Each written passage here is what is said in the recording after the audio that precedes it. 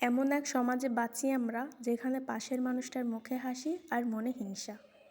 তুই একটু ভালো করলেই তারা রাগে কাঁপে, তুই একটু সুখে থাকলেই তারা ঘরে বসে জ্বলে। কল্পনা করে এই এত ভালো থাকলো কীভাবে। কেউ ভাবে না তুই কত কষ্ট করিস, কত অপমান সহ্য করিস, কত রাত না ঘুমিয়ে কাটাস, শুধু একটু মাথা তুলে বাঁচার জন্য।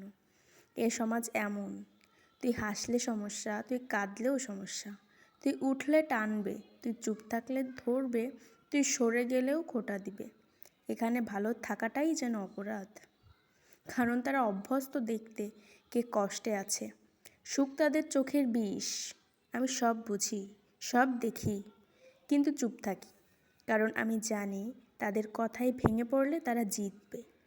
আর আমি তো চাই না তারা আমায় বলুক একদিন হেসে বলেছিলাম ও টিকবে না। তাই আমি সহ্য করি, কাঁদি, আবার হাসি, আবার চলি নিজের মতো করে চুপচাপ। কারো ভালো না লাগলেও আমি ভালো থাকি, কারণ আমি শিখে গেছি এই পৃথিবীতে নিজের কষ্ট নিজেকেই বইতে হয়, নিজের শান্তি নিজেকেই বানাতে হয়।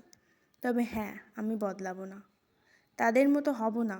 আমি শুধু দূরে থাকবো, নীরবে, শান্তভাবে, কিন্তু শক্তভাবে। আমি কাউকে কষ্ট দেইনি, তবুও কষ্ট পেতে পেতে শিখে গেছি ভালো থাকতে হলে একা থাকতে হয়। তো আজকে আমি রান্না করতে করতে অনেক কথাই হয়তো বলে ফেলেছি। যাই হোক, কখনো রিভেঞ্জ নেওয়া যাবে না, সবসময় ধৈর্য ধরতে হবে, এটাই বুঝি, এটাই জানি আর কি। আপনার সফলতাই হবে সবথেকে বড় রিভেঞ্জ। তো আজকে আমি এখানে রান্না করেছি চিংড়ি মাছ এবং বান মাছের ঝোল। এটাই হচ্ছে আমাদের আজকের রাতের খাবার।